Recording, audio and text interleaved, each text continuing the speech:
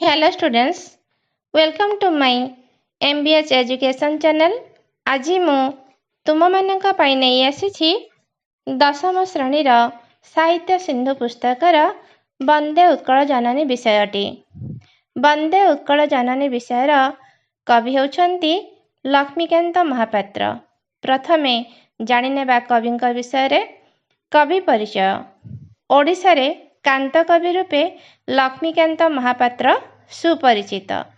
ତାଙ୍କର ପୈତୃକ ଗ୍ରାମ ଭଦ୍ରକ ନିକଟବର୍ତ୍ତୀ ତାଳପଦା ଗ୍ରାମରେ।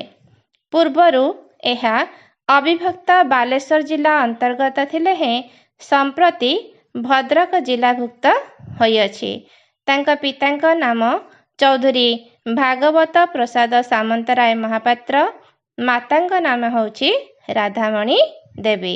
ସେ କଟକ, ବାଲେଶ୍ୱରଠାରେ ହାଇସ୍କୁଲ ଶିକ୍ଷା ସମାପ୍ତ କରି କଲିକତାସ୍ଥ ରିପନ କଲେଜ ଓ କଟକର ରେଭେନ୍ସା କଲେଜରୁ ଉଚ୍ଚଶିକ୍ଷା ଲାଭ କରିଥିଲେ।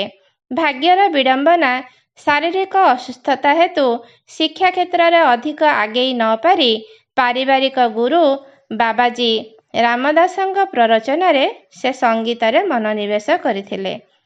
ଓଡ଼ିଆ ସାହିତ୍ୟର ବହୁବିଧ ବିଭାଗରେ ଲେଖନୀ ଚାଳନା କରି ସେ ନିଜର ସ୍ୱତନ୍ତ୍ର ସାହିତ୍ୟିକ ପରିଚୟ ସୃଷ୍ଟି କରିପାରିଥିଲେ। ତାଙ୍କର ରଚିତ ସ୍ମରଣୀୟ କୃତିଗୁଡ଼ିକ ହେଉଛି କଣା ମାମୁଁ, ଯାହାକି ଉପନ୍ୟାସ, ଜୀବନ ସଙ୍ଗୀତ ହେଉଛି ତାଙ୍କର ସଙ୍ଗୀତ ଗୁଚ୍ଛ, ଦେହୀପଦ ପଲ୍ଲବ ମୁଦାରମ୍ ତାଙ୍କର ଗଳ୍ପ ସଂକଳନ, ଚଟକ ଚନ୍ଦ୍ରହାସ ଚମ୍ପୁ ତାଙ୍କର ଲାଳିକା, ଶରୀର ମାଦ୍ୟଂ ତାଙ୍କର ପ୍ରବନ୍ଧ ସଂକଳନ। ଏଗୁଡ଼ିକ ହେଉଛି ତାଙ୍କର ସ୍ମରଣୀୟ କୃତି। ତାଙ୍କର ଗଳ୍ପ, ବୁଢ଼ା ଶଙ୍ଖାରୀ ଓ କବିତା ସବୁଥିରୁ ବଞ୍ଚିତ କରି ଓଡ଼ିଶାର ଜନମାନସରେ ବେଶ୍ ପରିଚିତ। 1937 ମସିହାରେ ପ୍ରକାଶିତ ଡଗର ପତ୍ରିକାର ସେ ଥିଲେ ପ୍ରତିଷ୍ଠାତା ଏବଂ ସମ୍ପାଦକ।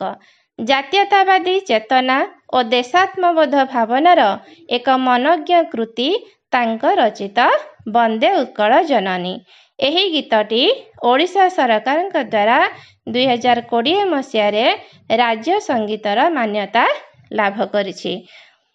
ବନ୍ଦେ ଉତ୍କଳ ଜନନୀ ବିଷୟରେ ଆମେ ବର୍ତ୍ତମାନ ପଦ୍ୟ ଭିତରକୁ ପ୍ରବେଶ କରିବା। ବନ୍ଦେ ଉତ୍କଳ ଜନନୀ ଚାରୁଭାଷମୟୀ ଚାରୁଭାଷମୟୀ ଜନନୀ ଜନନୀ ଜନନୀ।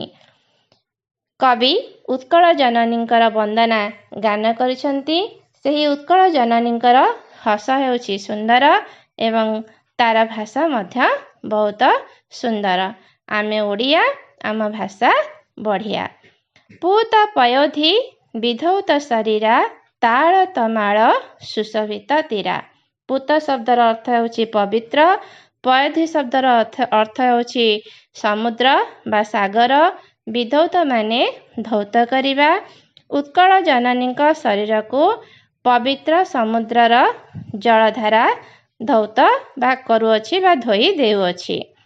ଏହାର ତୀର ବା ତଟଦେଶ ତାଳ ଓ ତମାଳ ବୃକ୍ଷ ଦ୍ୱାରା ସୁଶୋଭିତ। ଶୁଭ୍ର ତଟିନୀ କୂଳ ଶିକର ସମୀରା ଜନନୀ ଜନନୀ ଜନନୀ।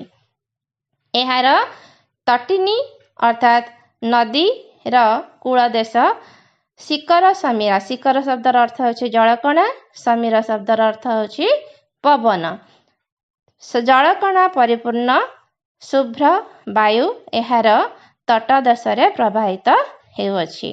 ଘନ ଘନ ବନଭୂମି ରାଜିତ ଅଙ୍ଗେ ନୀଳଭୂଧର ମାଳା ସାଜେ ତରଙ୍ଗେ କଳ କଳ ମୁଖରିତ ଚାରୁ ବିହଙ୍ଗେ ଜନନୀ ଜନନୀ ଜନନୀ। ଏହାପରେ କବି କହୁଛନ୍ତି କ'ଣ ନା ଘନ ଘନ ବନଭୂମି ରାଜିତ ଅଙ୍ଗେ। ଏହାର ଅଙ୍ଗ ବା ଶରୀର ଘଞ୍ଚ ବନଭୂମିରେ ପରିପୂର୍ଣ୍ଣ ହୋଇଅଛି। ନୀଳଭୂଧର ମାଳା ସାଜେ ତରଙ୍ଗେ। ଭୂଧର ଶବ୍ଦର ଅର୍ଥ ହେଉଛି ପର୍ବତ।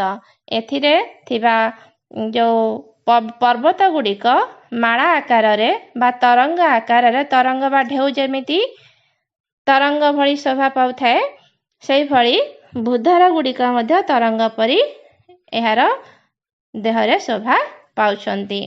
କଳ କଳ ମୁଖରିତ ଚାରୁ ବିହଙ୍ଗେ। विहंग शब्दर अर्थ होची पक्षी। एहार आकाश प्रदेश सुंदर पक्षी मानकर कलरवरे परिपूर्ण हेउथाए बा मुखरित हेउथाए।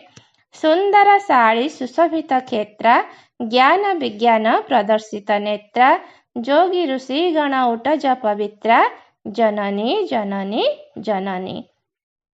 उत्कलर शस्य क्षेत सुंदर धानरे परिपूर्ण। एहार चक्षु नेत्र शब्दर अर्थ होची चक्षु। ए उत्कल जननींकर चक्षु ज्ञान विज्ञान प्रदर्शन रे उद्भासित। जोगी ऋषि मानकर उटज बा कुटीर द्वारा एहार जो उत्कल जननी पवित्र अटे। सुंदर मंदिर मंडित देशा चारु कलावली शोभित वेशा पुण्य तीर्थचय पूर्ण प्रदेशा जननी जननी जननी।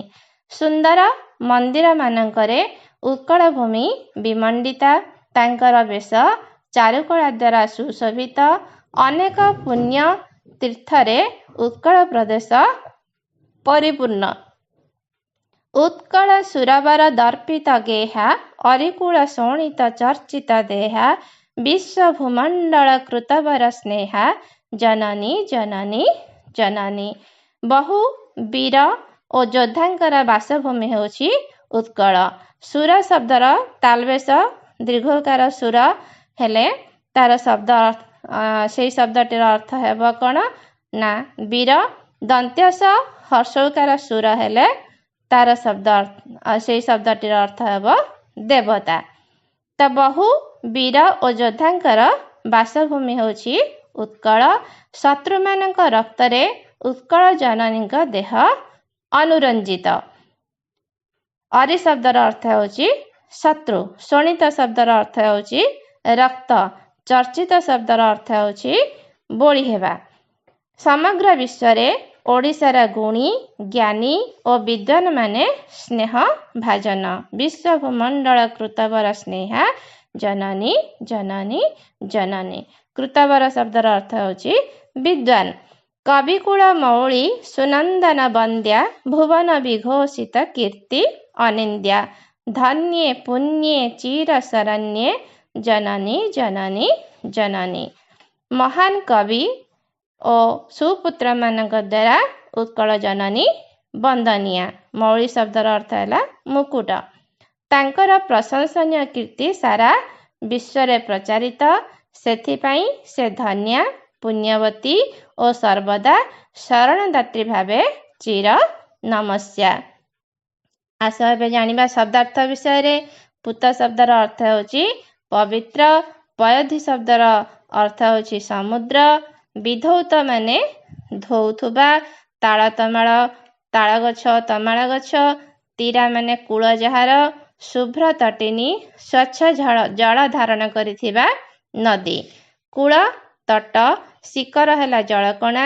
समीर माने पवन। घन हैला घंच। राजित शोभा पाए। भूधर पर्वत। साजे शोभा पाए। तरंग माने ढेउ। कलकल मुखरित पक्षींक कलरव। तीर्थचय पूर्ण तीर्थ स्थान समूह परिपूर्ण। सुरवर श्रेष्ठ वीर। वर शब्दर अर्थ एठी वीर। गेह शब्दर अर्थ है गृह बा घर। अरिकुल है शत्रुवंश। चर्चित देहा देहरे बोली होइथिबा। विश्व भूमंडल है समग्र पृथ्वी। कृतवर विद्वान। कविकुल है कविवंश। मौली माने मुकुट। सुनंदन यज्ञ संतान। बंद्या वंदनिया।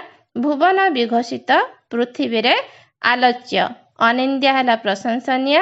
चिर शरण्ये सबुदिन पाई शरण प्रदान करुथिबा। ताहले बे एठी आमे जे माने चैनल को रखिबा से माने ए चैनल वीडियो रे देखाबो सेतिरे किछि सब्सक्राइब करिबा। ताहले एतिकिरे रहूची। धन्यवाद।